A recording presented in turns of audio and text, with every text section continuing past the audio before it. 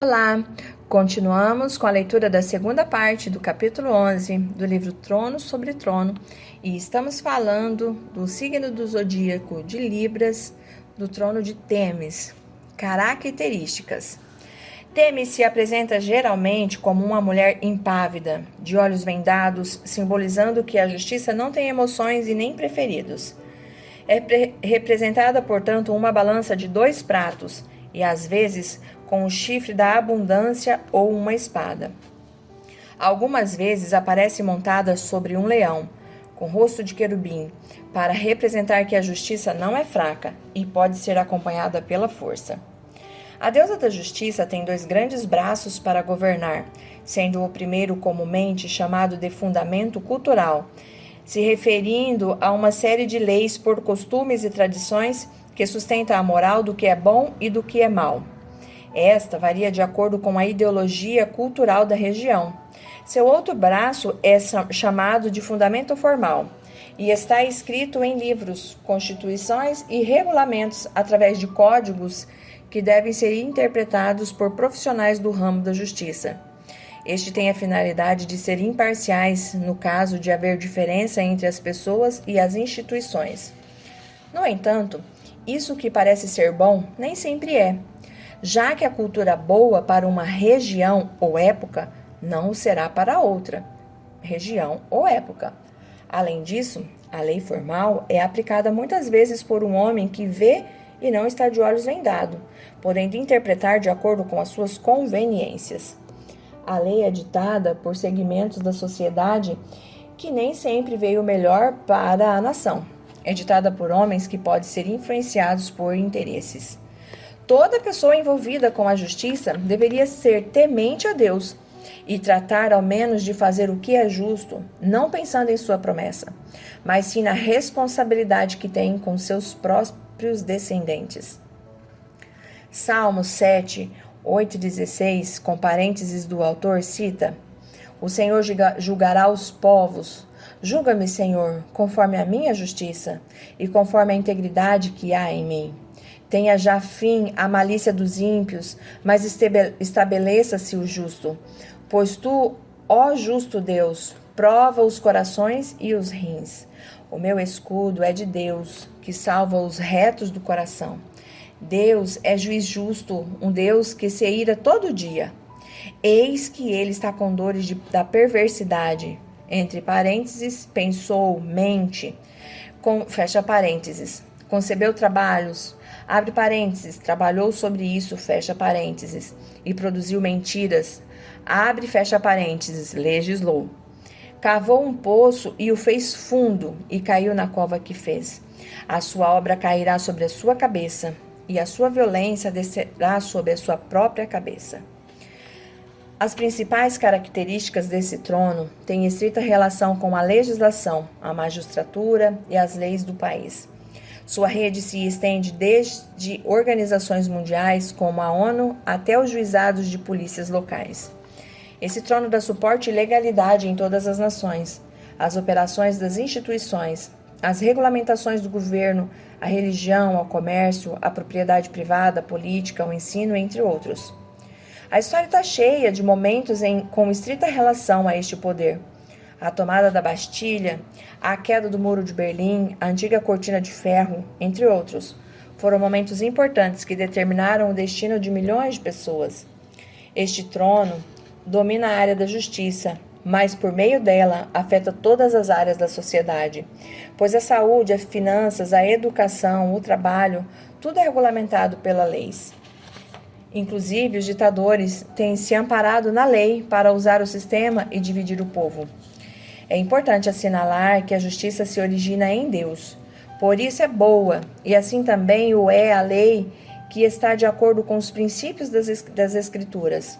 Nossa guerra não é contra a justiça, mas sim contra o sistema de impiedade que trazem cativeiro ao homem e fortalecem as cadeias de iniquidade e idolatria das nações, além dos sistemas corruptos que buscam o benefício de poucos em vez de desenvolvimento da sociedade em geral.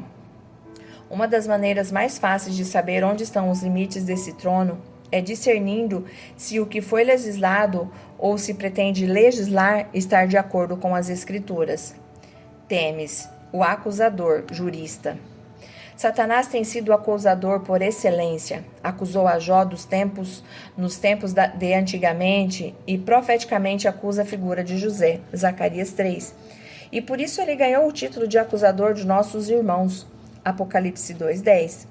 O acusador é como um fiscal, um promotor que reúne, junta e pode falsificar provas para condenar os escolhidos. É glorioso ver que, na visão revelada por Zacarias, lhe foi mostrado que Deus colocaria uma pedra e sobre ela estariam 7 olhos, e então o pecado seria tirado da terra em um só dia. Zacarias 3:9 diz: Porque eis aqui a pedra que pus diante de Josué. Sobre esta pedra única estão 7 olhos. Eis que eu esculpirei a sua escultura, diz o Senhor dos Exércitos, e tirarei a iniquidade desta terra num só dia. Aqui é necessário unir esse fato ao conceito egípcio sobre Maate, a pedra angular do sistema jurídico. Quando Satanás tenta acusar a Josué, que representa a igreja, ocorre então a determinação de Deus de tirar o pecado em um dia, ou seja, toda a acusação de Satanás foi para o seu próprio castigo. O que Satanás não sabia era que a dívida do pecado seria paga diante de Deus por Cristo, que é a pedra que os edificadores do sistema judicial desprezaram. Jesus, em Apocalipse 4:5, se apresenta como a pedra viva e diante dele estão os 7 espíritos que recorrem toda a terra. 1 João 2:1 diz: Meus filhinhos, essas coisas vos escrevo para que não pequeis. E se alguém pecar, temos um advogado com o Pai, Jesus Cristo, o justo. A pedra desprezada, que vem a ser a pedra de tropeço, pois, assim como Satanás se equivocou na visão de Josué, também se equivocou na visão de Cristo, o qual tomou o sistema judicial de governar e julgar o mundo. Pois uma vez subiu Cristo e recebeu toda a potestade, autoridade legítima para julgar os homens. Os demônios já foram julgados na cruz, e no fim dos tempos, ele julgará a humanidade.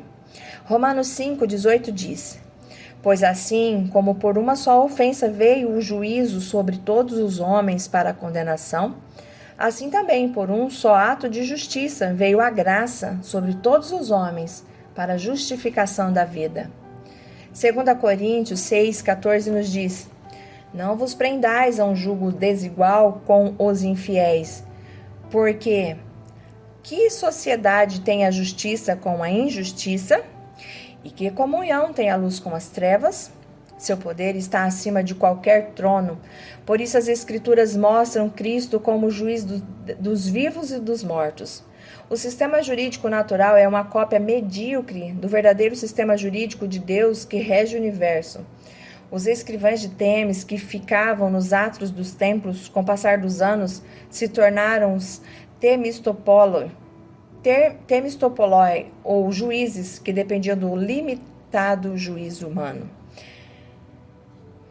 João 5:22 diz: E também o Pai a ninguém julga, mas deu ao Filho todo o juízo. Os que confiam na justiça de Deus não serão envergonhados e nem destruídos. O Senhor Deus tem escrivãs precisos que marcam, conforme o que Deus vê, aqueles que clamam e gemem por justiça dia a dia. Deus separou a estes e os coloca sobre uma cobertura especial, para que nada os toque e para que a morte não venha sobre eles. Ezequiel 9:3-4 cita: E clamou Jeová ao homem vestido de linho, que tinha o tinteiro de escrivão à sua cintura. E disse-lhe o Senhor: Passa pelo meio da cidade, pelo meio de Jerusalém, e marca com um sinal as testas dos homens que suspiram e que gemem por causa de todas as abominações que se cometem no meio dela. Calendário: Dia Mundial da Justiça Social, 20 de fevereiro, e 17 de julho, Dia Internacional da Justiça. Confronto: Daniel teve múltiplas visões sobre o fim dos tempos, onde cada rei representa um trono de poder.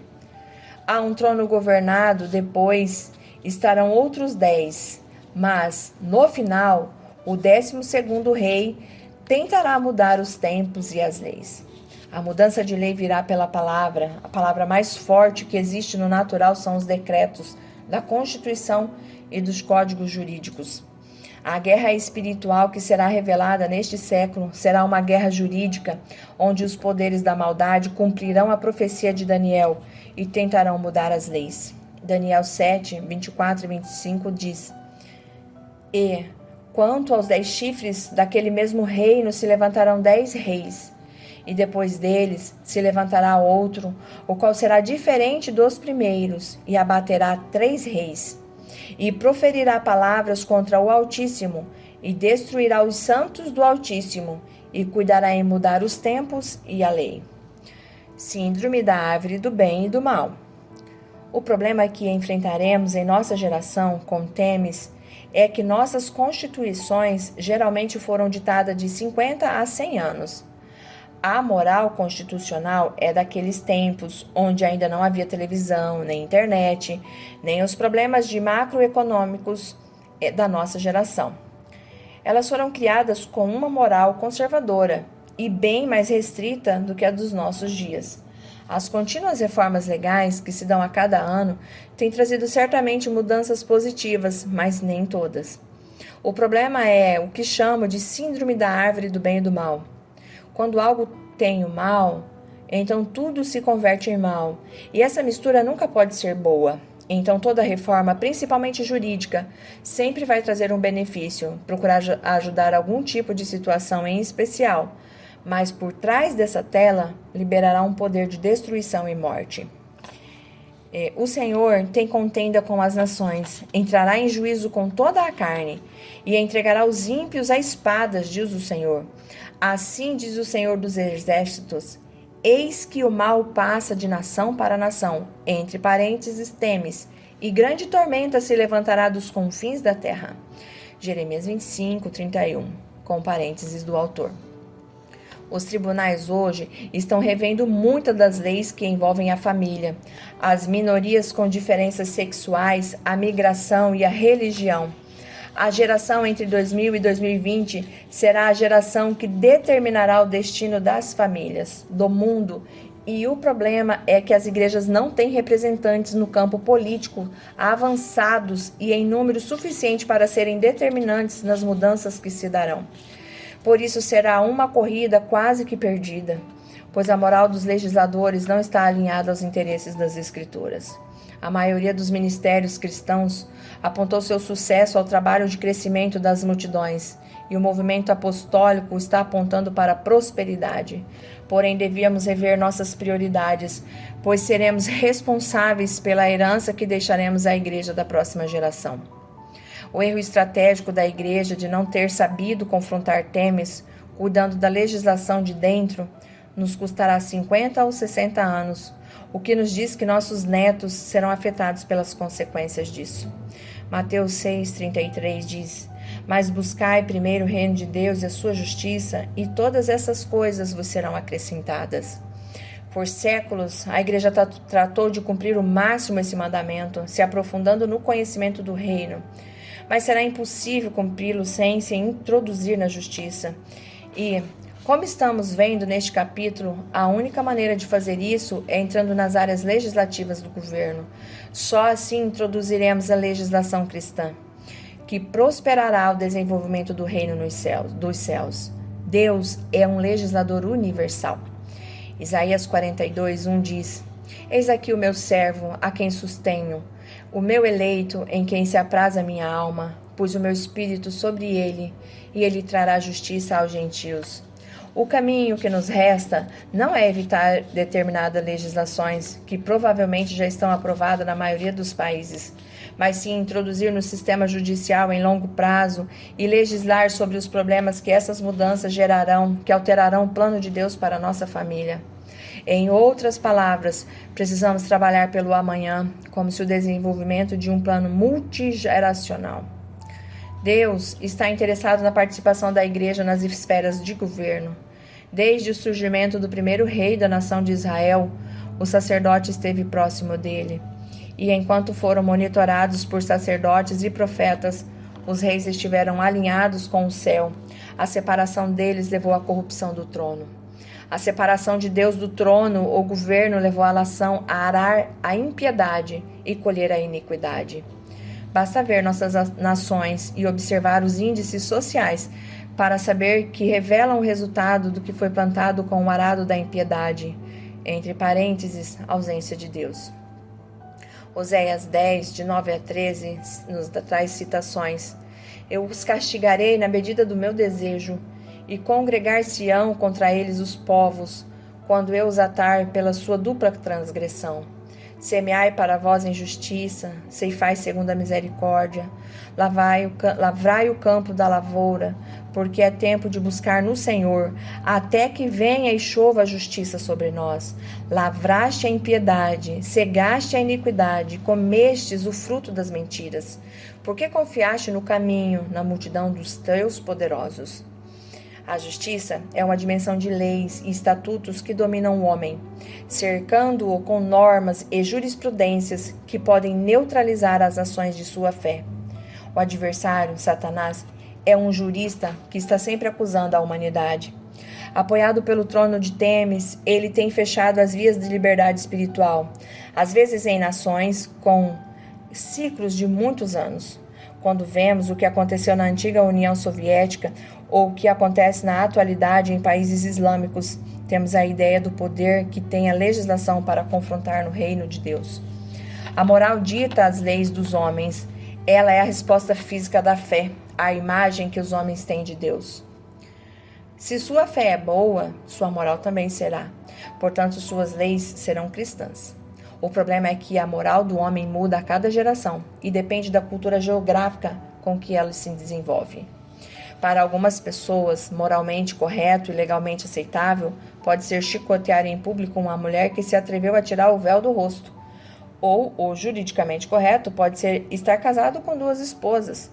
No nosso continente americano, golpear uma mulher é um crime jurídico. Também não é permitido ser casado com 2 esposas ao mesmo tempo. Isso nos revela que o conceito do que é justo e correto e a definição de justiça, que é fazer valer meus direitos, podem mudar de um país para o outro. A Bíblia é a ilustração da moral de Deus, universal e absoluta. Salmo 33, 10 e 12 nos cita: O Senhor desfaz o conselho dos gentios, quebranta os intentos dos povos. O conselho do Senhor permanece para sempre, os intentos do seu coração de geração em geração. Bem-aventurada é a nação, cuja Deus é o Senhor. Então, sobre uma nova dimensão onde a lei é a do Senhor, seremos uma sociedade bem-aventurada. Salmo 119, de 1 ao 5, cita: Bem-aventurados retos em seus caminhos, que andam na lei do Senhor. Bem-aventurados os que guardam os teus testemunhos e que buscam com todo o coração. Quem dera que os meus caminhos fossem dirigidos a observar os teus mandamentos. Decreto.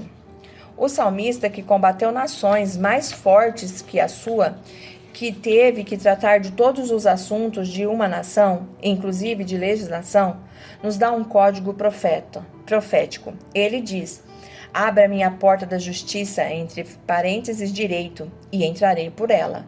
Não a recusarei, não a considerarei pecaminosa. Ele vê a justiça como um caminho para exaltar Ial diante dele e ditando leis conforme a moral suprema e imutável de Deus. Assim, ele define que, ali de dentro, usará a pedra que outros descartaram para sustentar toda a casa em uma justiça divina que não será removida pelas chuvas e rios. Entre parênteses, símbolo da maré humana e da moral corrompida, fecha parênteses. Essa será a casa jurídica onde Deus governará. Salmo 118, 19 a 23 cita: Abri-me as portas da justiça, entrarei por elas e louvarei ao Senhor. Esta é a porta do Senhor, pela qual os justos entrarão. A pedra que os edificadores rejeitaram tornou-se a cabeça de esquina. Da parte do Senhor se fez isso. Maravilhoso é nossos olhos. Decretamos, de acordo com as legislações do Eterno estabelecidas em decreto na Constituição Universal de Direitos concedidos em Cristo Jesus, que toda a corrupção oculta em nossas nações será exposta à luz e que haverá uma mudança no coração dos homens. Decretamos que serão abertos os olhos da justiça para compreender que a corrupção traz morte geracional e que os homens se apartarão dela por temor ao Senhor. Profetizamos que se levantará uma geração de líderes jurídicos que terão a genética do reino para alinhar as leis do Estado e as leis de Deus. Estabelecemos que a igreja será uma casa de ensinamento da justiça divina para abençoar nossas descendências. Em nome de Jesus, o justo e Senhor do universo. Os que forem sábios, pois, resplandecerão com o fulgor do firmamento, e os que a muitos ensinam a justiça, como as estrelas, sempre e eternamente. Daniel 12:13. Apocalipse 6:5 ainda nos diz: e havendo aberto o terceiro selo, ouvi dizer ao terceiro animal: vem e vê. E olhei, e eis um cavalo preto, e o que sobre ele estava assentado tinha uma balança, entre parênteses Libra, na mão, parênteses do autor. João viu o poder do trono de Libra se mover sobre a terra, e como ele era apoiado por outros poderes de igual envergadura. A guerra está começando agora. Ainda nos restam muitas batalhas para que a justiça de Deus se estabeleça. Nos próximos capítulos, seguiremos abrindo nosso entendimento e expondo novas estratégias. O elemento da vitória é a justiça divina. Muito obrigada por você estar comigo na leitura deste livro. Eu te aguardo na leitura do próximo capítulo 12, onde falaremos do signo de Escorpião, o trono de Hades. Deus te abençoe.